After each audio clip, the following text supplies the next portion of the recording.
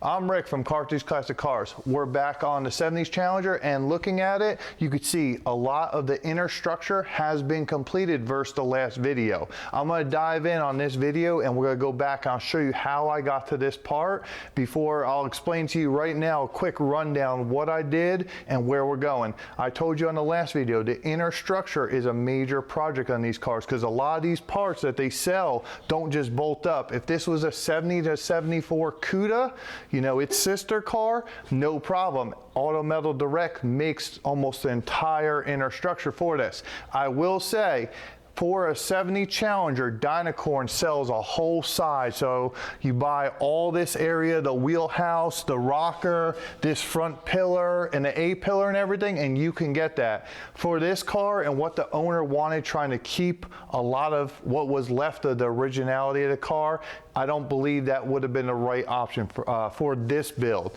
Saying that, if you do have a Challenger and a lot of those are, you know, not rusted out, and you know you want to start from somewhere, it might be something good. I've heard some good things about the whole side of the car. It's a bit pricey, but it saves you a lot of time and effort on doing what we ended up doing here. Saying that, if you do not want to go with the whole side, I believe this video might help you out on the Dodge Challengers.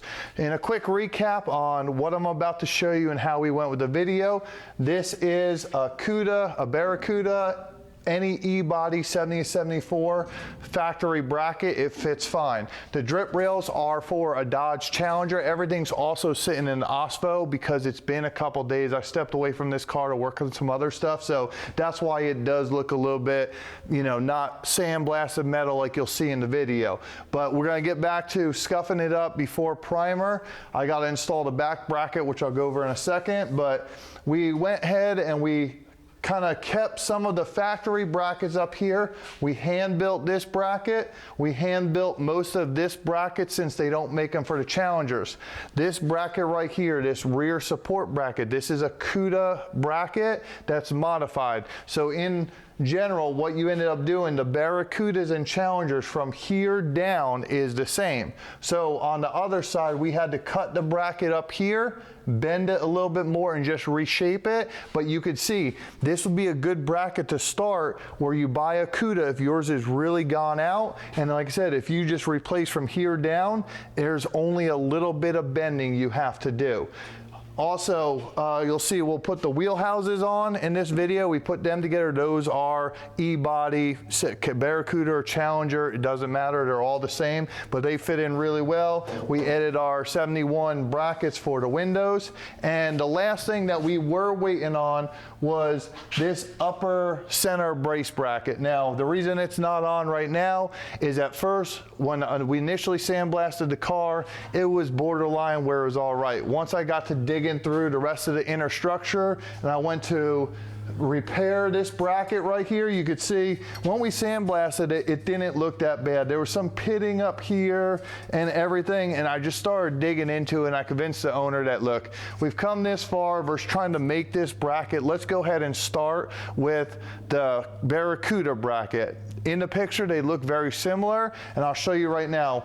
This is another reason that I think taking these cars apart, and just the ones with the pretty paint, I think, you know, going back, the owner didn't even want to take the roof off this car initially. They thought, well, it's probably okay in here, all this looked fine. Well, we know how bad the car was, and this is another point that even we're taking this bracket off, when we come this far and the car looked that great, you could see all the rust, and from the factory, there's no primer in here, so you could see how rotten it is. Now this bracket, this was the upper brace right there, is what that bracket was. It got a little bent up when I ripped it up. So we decided to remove this bracket.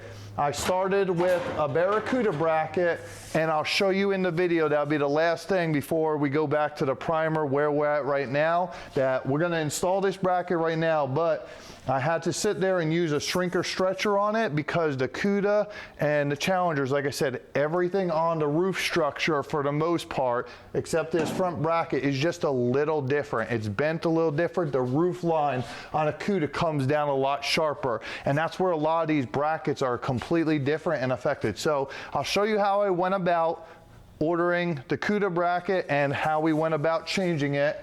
Here's our factory lower bracket, which again, you could see had some deep rust and pitting on it, but when we blasted it, it came out to bare metal. Everything looked good, so we'll go ahead and install this. And then what I ended up doing, you could see now that we got this bracket done, once they're lined up, the shapes now line up really good. So we'll go ahead and install that.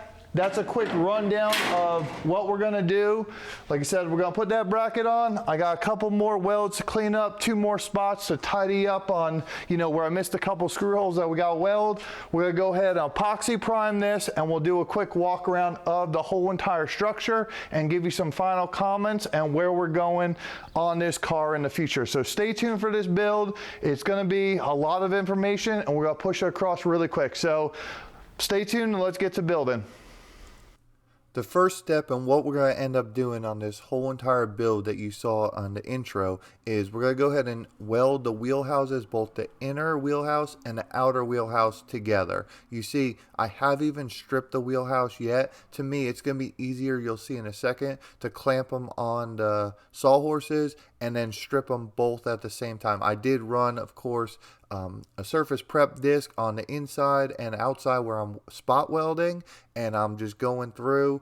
Now that that's bare metal, added some weld through primer and fit them up really well. I did test fit them in the car to make sure there was nothing in that's going to jump out or stand out or not fit right. Once I know that fit well inside this Challenger, I pulled them back apart and we're going to permanently weld them. What I try to do with these inner and outer wheelhouses, I try to line them up first, both the inner and outer. You can see right there now that it's flipped over, the inner edge all the way around front to rear. And then that's when I put it in the car. Once we put it in the car, that's just to check, make sure nothing stands out. Realistically, if the car's straight, they should line up for the most part. What you need to remember is the tabs on the back, the tabs on the top and the center, those more than likely, if the whole wheelhouse lines up on the whole inside, won't even be close. You see, they're going to overlap. They're going to be offset. Don't worry about that. That's just the problem with these stampings. Both of these are AMD wheelhouses, so they fit really well. I recommend if you are replacing both of them, try to stick with one manufacturer. Usually I try to go with the AMD just because it's what I know and what I really have had success with on building these cars. Now that we got that done, we're going to go ahead and we're taking the stripping drum with the SCT, and then we're going back through on the areas that we missed with these stripping discs. You see, I get them off Amazon. They're pretty cheap and easy, and they really get in the edges really well. With this tool, we'll go ahead and just touch up the edges. I know with this car, we're trying to take it a little above and beyond, taking everything down to bare metal, and then we'll seal everything up in epoxy primer. I really think that's the best way to build these cars to last, if you take them real good care of it forever for the most part. On to the other wheelhouses. You see, it's going to be the same process, just real quick, welding up the wheelhouse after it's been test fit.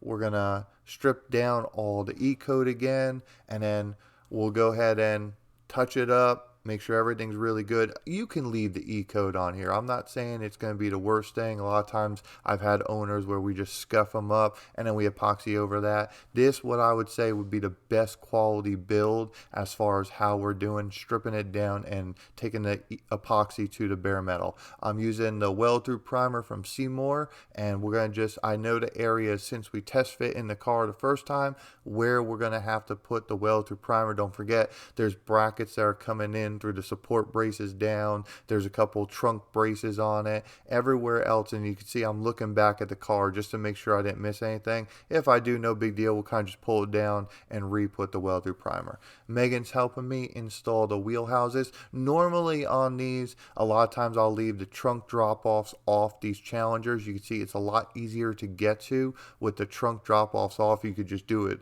It's easier, if you leave the trunk drop-offs on. A second person makes it a little bit easier to kind of just twist in there. It obviously can be done, and you could see now that I just wanted to do the trunk one time with the epoxy. It just made that process more of a standard. So there's many ways to build these cars. Like I said, if you don't put these drop-offs on, this part gets a little bit easier, but then you got to add the drop-offs, and it's more to test fit down the road. So pick your poison on how you want to do it. There's no set in stone, this is how you do it. Same thing on this other side. You can see there's twisting motion when you rotate the wheelhouse either front or back. That's very crucial on these quarter panels, because that twisting motion is going to set your quarter panel angle and either fight you or not fight you. So the key on doing this whole inner structure from start to finish right now is don't weld anything up. Right now the wheelhouses are screwed in place. I'm going to go ahead and start welding the inner structure. First we're going to cut out the old inner structure.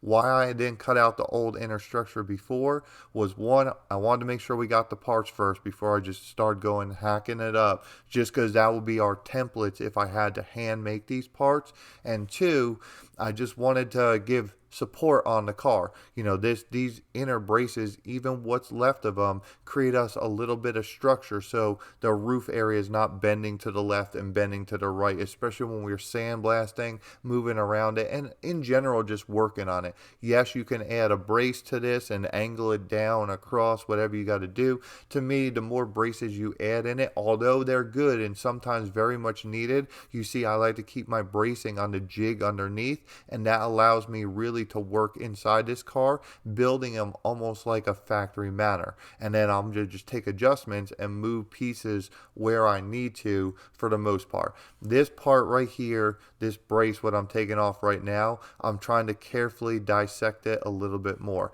You're going to see what we're going to do. We're going to try to use some of that brace. What I wanted to do was take it off first and then build it off the car, you know, and then make my pieces, and then we could go ahead and put it back on the car where it's going to be, you'll see in a second, we're going to on and off weld that car, so it's almost going to go on like a new piece, even though we are reusing some of it. I'm taking a wire brush, and you see all the rust behind all these brackets and pieces. You know, everything on almost all these cars, even the really nice ones, are just solid coated rust on the inside. Now, is it through and doing any damage to the inner structure? Probably not, but you know, with no coating on the inside of the thing, just the humidity on the inside of these cars and the cooling and heating on it is just going to cause that rust. And that's what they do. They start rusting from the inside out, especially in the southern climate. It seems like that, our high humidity. You know, if you're in Arizona, you're probably better off without, you know, your car's probably a little more solid on the inside.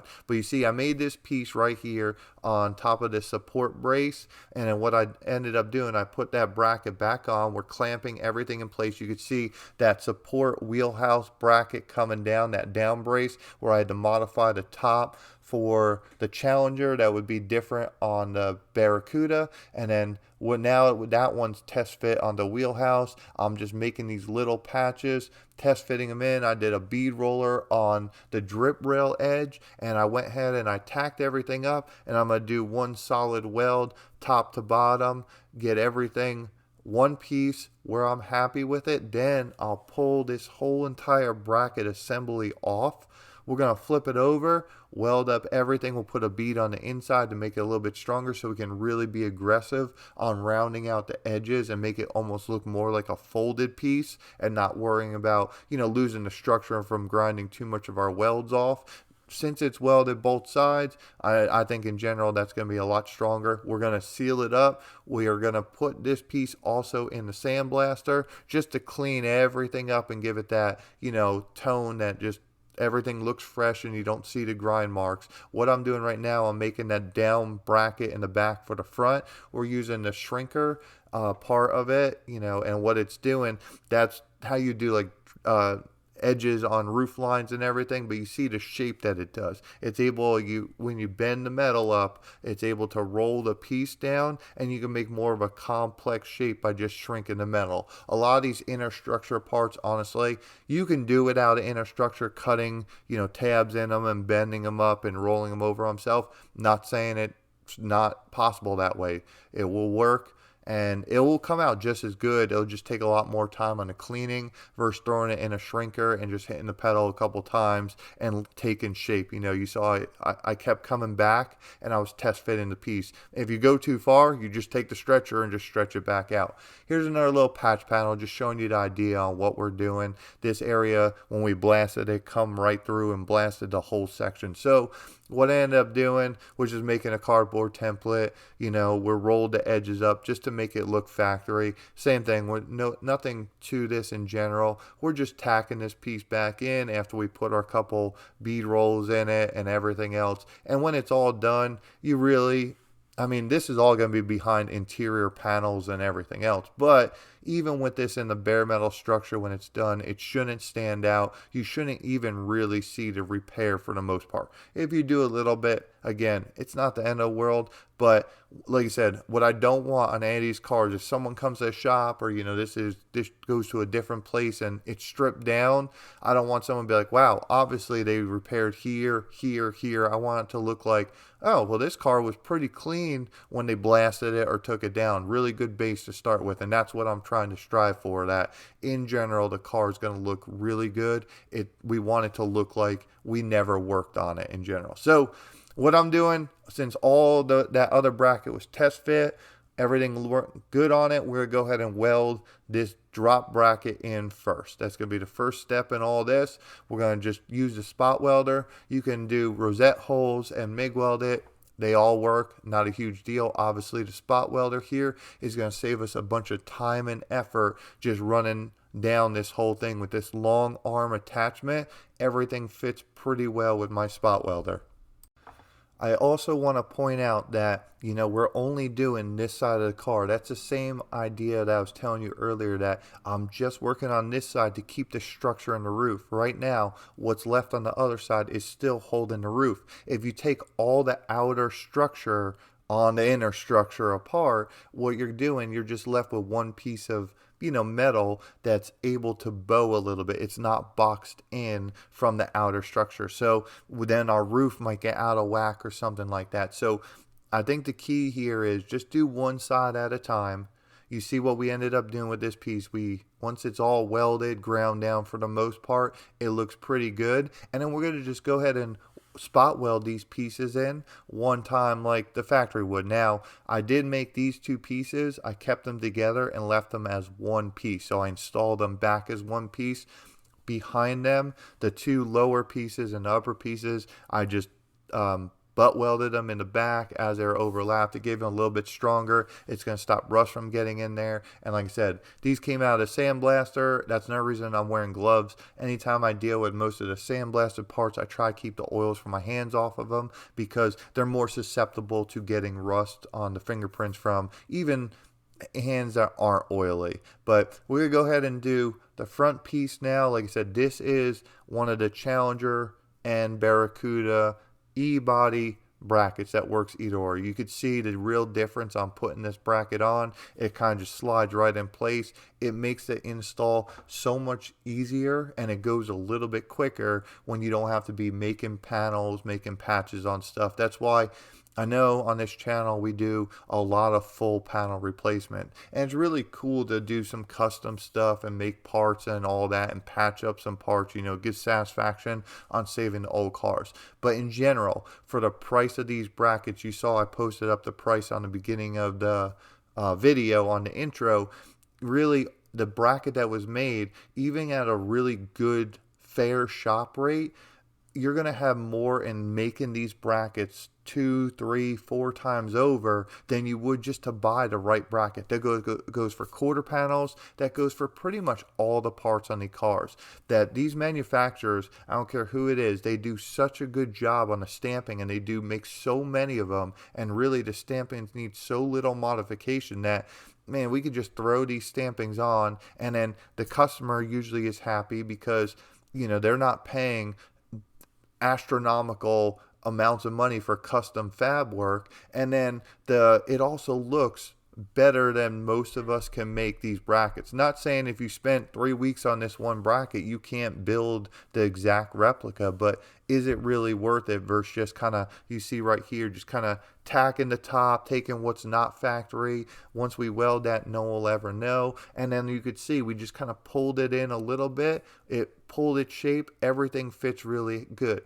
Also, I want to point out on the bottom of this bracket, I did say it earlier, I'm not welding this bracket to the wheelhouse either. We want to do the quarter panel, roof, exterior sheet metal fitment first. With this other bracket, I'm going to do this side a little bit different, and again, there's no right way, wrong way to do this, just the car determines it, the bracket, whatever's left is going to determine your process.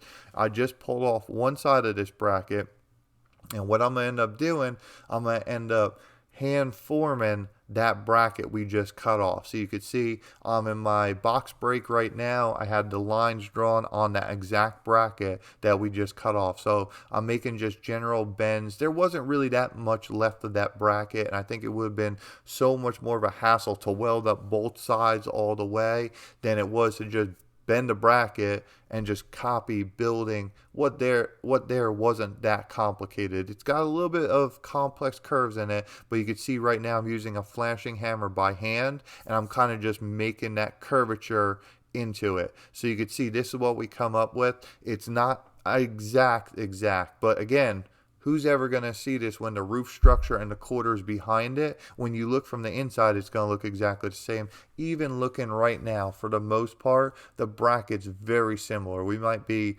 an eighth of an inch higher or lower, and all this bracket's doing is on the part that we made is just used for the support structure of the inner roof. It doesn't hold a roof line. The drip rail sits over it, but there's some adjustability, and I kept the inside edge. How I got this edge right now for the drip rails, I just bead rolled it. Like I said, I did the other side the same way. So we just stuck a bead roller down it, and then the same thing on that lower bracket. It's going to be a similar process where we're just using the shrinker to just roll that edge right around to get us the curvature we need.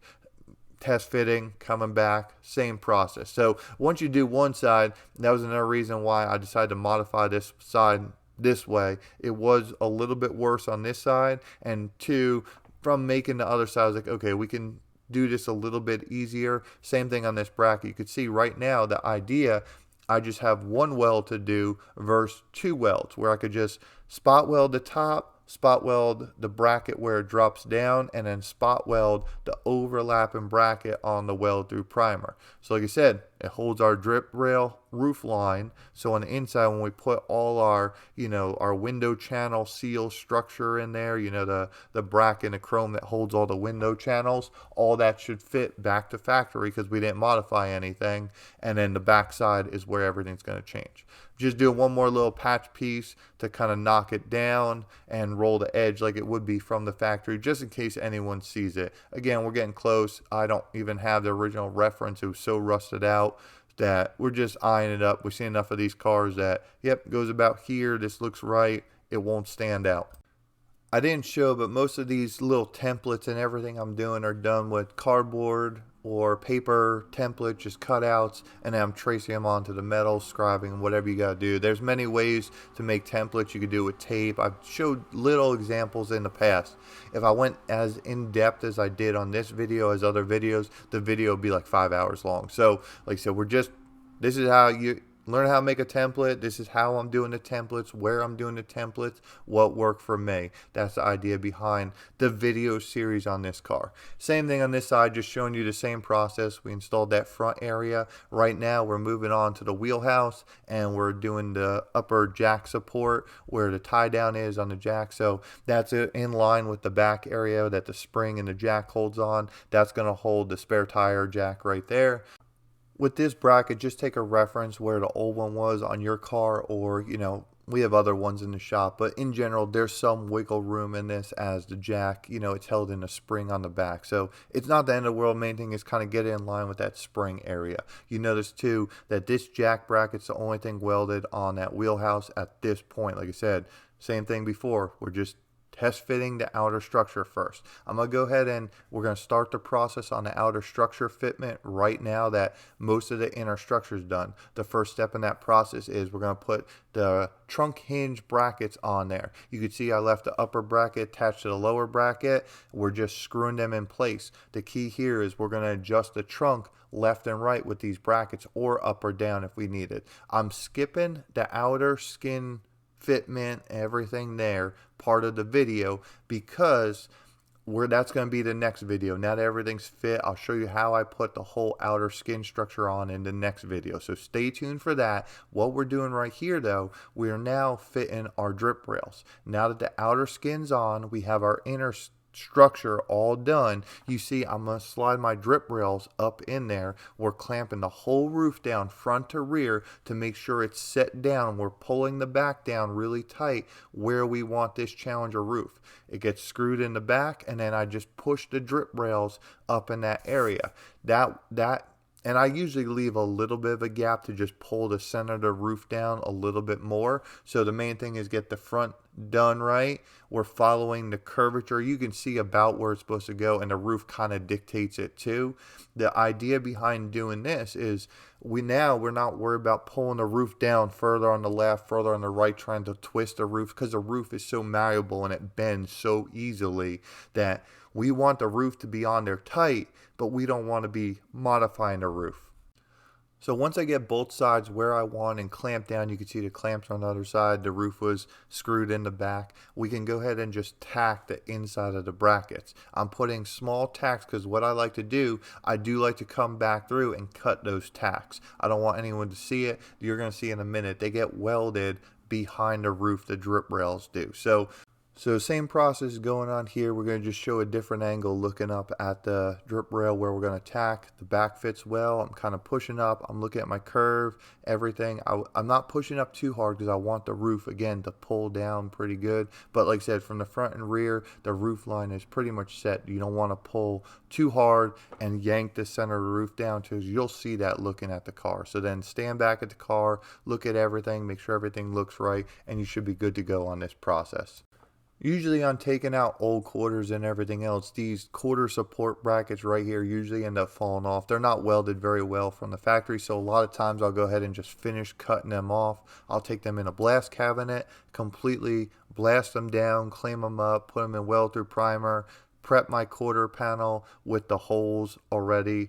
I will do that. Like right now I'm just doing a test fit, but I'll mark where the holes got to go for my rosette welds, and then I go ahead and weld in those brackets too, just to make sure now that everything's fitting right. Now that I'm happy with the roof and the outer skin structure, you see I'm starting the disassembly of all those parts, and we'll go ahead and weld in the roof drip rails. You can see there I did rosette welds on them. We're using a MIG welder, and I'm just tapping them down and welding them from the inside. So now we're very confident that these drip rails, once we put the roof on and we cinch it down, they're going to go right where that roof wants to be, where it looks good, where everything fits. So like I said, it would really stink to weld up this whole thing front to rear with all those rosette welds and then come to find out the drip rails are in the wrong spot. I am going back through and cinching down the drip rails just so it doesn't start bowing on the inside, so it's just easier, because don't forget, we're just right now using the tacks underneath. So if I hit them down on the other way,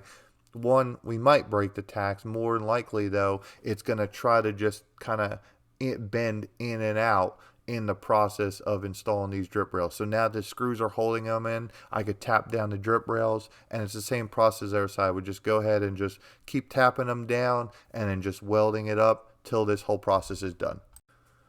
So moving on from the drip rails, now we're going to go ahead and we're going to start welding on the wheelhouses and the whole inner structure. I personally, even though you don't have to do this, like to start welding the areas that I can with the quarter panels on the car. The reason being, it's just a peace of mind. I know right now that quarter panel to outer wheelhouse, everything is angled right, everything's lined up well. I don't even have them clamped under there, and they're holding right where I need them to. So I go ahead and just run my welder right on the inside, my spot welder, and I got my wheelhouse attachment that's got a backing that doesn't sit back really far, so I can get in these tight to reach areas.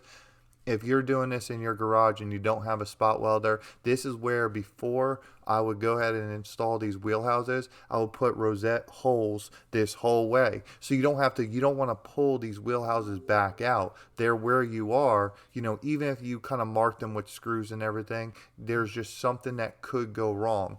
It would be great if you can just weld these wheelhouses with the quarter panel set on the car. Because I'm telling you, I've had it happen years and years ago. You get these wheelhouses twisted the wrong way, the quarter panels aren't set on right, you're going to fight it the whole way, and the project's never going to come out the way you want to. It's going to try to bow the quarter panel out differently. So, like I said, you want the quarter panels to be fit beforehand. I can't say that enough. That's one of the most important things I think about putting outer wheelhouses and quarter panels on.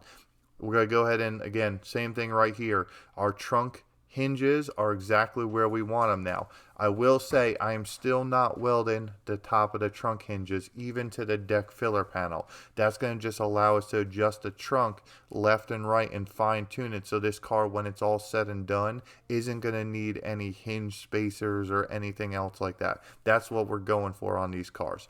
Now that we pulled the quarter panels off, we're left with just the inner structure at this point. You can see now I'll go ahead and weld the inner structure to the top of the wheelhouses. Everything there will be done. So I welded right down to the inner structure on the inside there, and then now we're doing the support going to the top. I'm also going to throw a couple of spot welds on the jack bracket just where the factory would have spot welded. It does both. They do the stitch weld in there and then the spot welds. Turn our attention to the other side, same thing. We'll just start that in our wheelhouse area, work on our way down. I will say, you saw there was holes in mine. I'm going to do a spot weld first, and I'm coming back through when I drilled out the old pieces and there's holes there. I'm going to run it through with the MIG welder and then grind those down. So this area will have both spot welds and MIG welds on them. I will say, if you do build a lot of these cars, a spot welder is a really good investment to make in.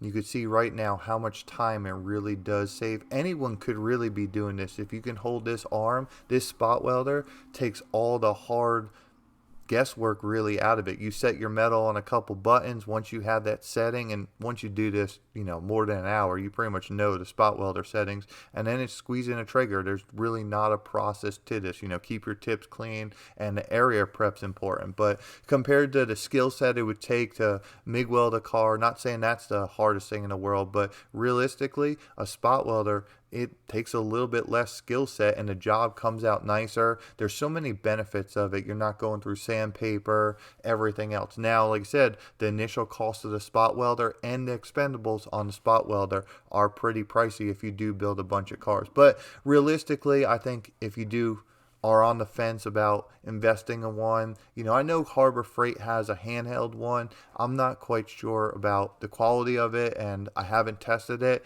I know I've seen some videos on some guys doing it, and they seem very happy with it. I'd like to, you know, do a brake test on one of those just to make sure, because I think the pneumatic part, you'll see in a minute once we install this top bow piece, that the pneumatic part where the air helps push it down, it really, that's half the battle too, that you know you're getting a good tight surface that you run mine about 90 psi of squeezing force, and you know this thing, you don't want to put your hands in there, you'll hurt yourself. So back to this bow piece. This is what we started the video on and showed you what I was doing. So right now I'm in the shrinker, and what I'm doing, I'm adding more arch into this piece that it was missing, that the Cuda had that the Challenger doesn't. So right now on the stretcher, we're doing the opposite on this end. We're stretching it out, and you can see right now it's kind of oblong and bowing the bow on a weird angle. That's because the metal has nowhere to go. So you can see I'm putting a rubber band on the English wheel, and we're just putting the form back into it. I'm running both sides,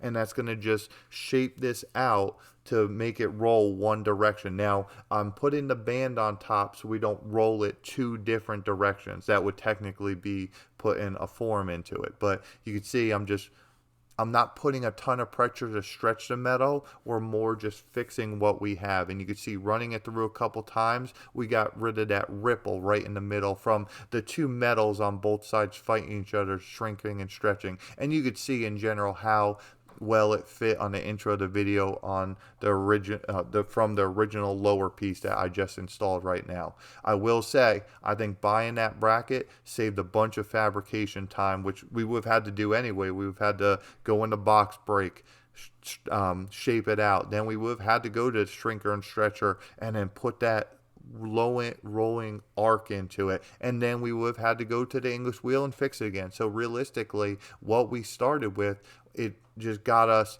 you know, a few hours ahead in what we would have had to do anyway. And realistically, all the holes are punched because the Cudas and Challengers, through the bottom bow brace, they have their screws in the same area. So in general, I think even if the roof did come off this car, no one's going to really see the difference between the Cuda and the Challenger bracket at this point. This is what I was saying about the spot welder. Right now, if we were doing MIG welds, and I have to do some MIG welds in the bottom, so I know it stinks because I had to drill out the old ones without damaging the bottom piece.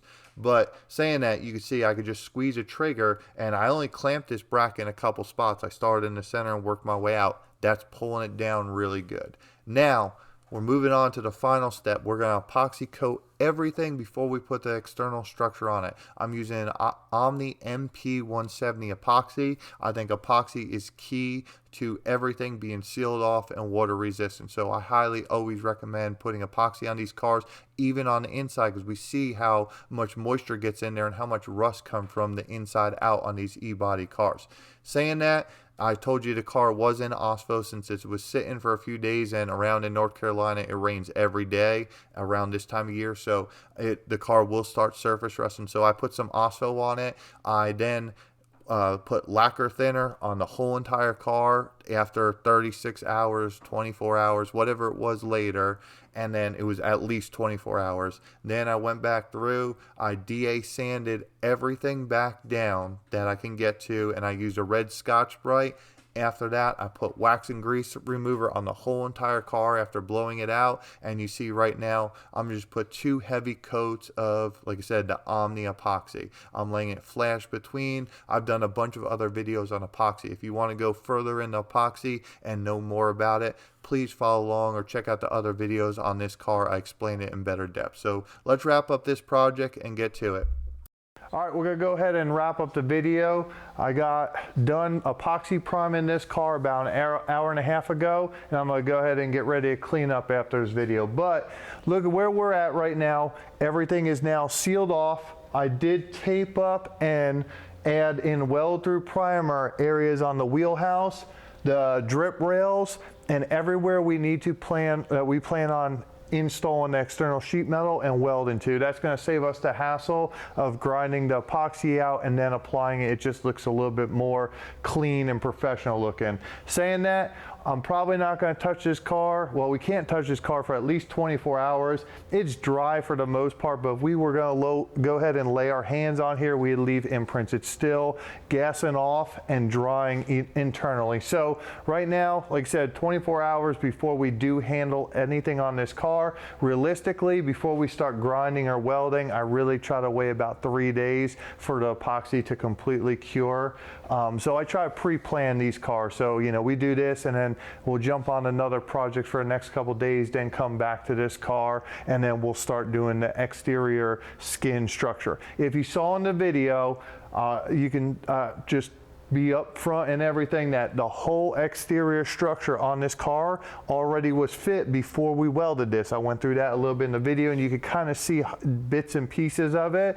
The next video will be installing those pieces for the final time, the quarter panels, the deck filler panel, the tail panel, the trunk, all that, and then the roof. That's how we set the drip rails, everything on here. And you do that just knowing that the exterior structure is where you want it, and then the inside structure works around that. You know, if you go ahead and you don't put the quarter panel on, well, let's say you get this wheelhouse twisted a little bit and the back's higher or vice versa, and the rear end of this car is down too far. Well, if all this is welded, you can't move it. Before the quarter panel's put on, and it's happened before, you know, especially it seems like with some of the Novas and the stampings on them, that I'll go ahead and maybe move up or down this rear panel. Without this welded, you can adjust it a little bit. Well, that's gonna set the quarter panel angle up here and in the back, and that's gonna set your sag, everything else, and you can really change the whole profile of the car. So I wanna stress that, I can't stress it enough, that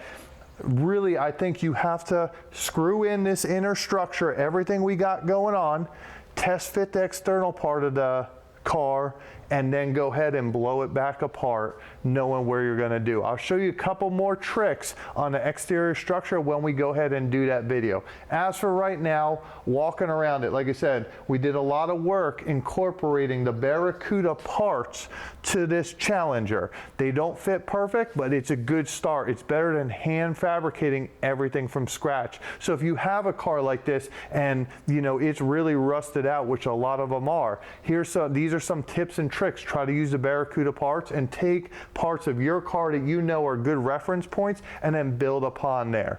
So saying that, I know this video was a little bit longer than the rest of them. We did a lot of work. You know, like I said, I wasn't even going to show it at first, but I had so many requests from, you know, viewers on YouTube, you all out there that wanted to see this. So we did it. I hope you enjoyed it. I hope I'm really happy with this car. I mean, if you look close enough, you could see it's not exactly perfect. This area comes down a little bit further. Honestly, all this stuff is going to be behind the sheet metal panel. You're not going to be able to stick your head in there. For the most part, it looks like a factory e-body car to the naked eye, to when you see in the trunk, and that's what we're going for. So I think we got our mission accomplished on this one. The structure of this car is done. We could honestly say that this car is pretty much rust-free and coming together like a brand new 1970 Challenger. So stay tuned for the next video. We'll go ahead, like I said, install the rest of the components, and it should really come together at that point. We got a couple more videos in the series, and who knows, maybe we'll do a little bit more on this car. So if you like this kind of content, please like, comment, and subscribe to our channel. It really helps us out. And I'm Rick from Cartridge Classic Cars, and we'll see you on the next video.